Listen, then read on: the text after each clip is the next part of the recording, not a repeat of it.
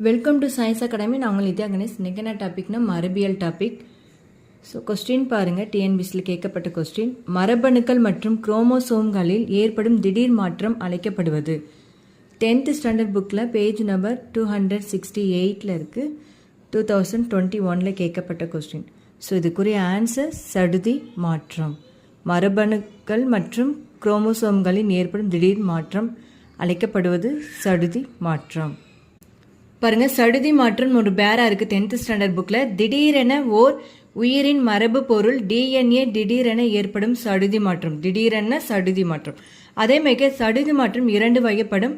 அவை குரோமோசோம்கள் சடுதி மாற்றம் மற்றும் ஜீன் சடுதி மாற்றம் இருக்கு. ஸோ குரோமோசோம் சடுதி மாற்றம், ஜீன் சடுதி மாற்றம், அதே மாதிரி திடீரென சடுதி மாற்றம்ன்றாங்க. ஸோ கொஸ்டின் பாருங்க ஒரு நிமிஷம்.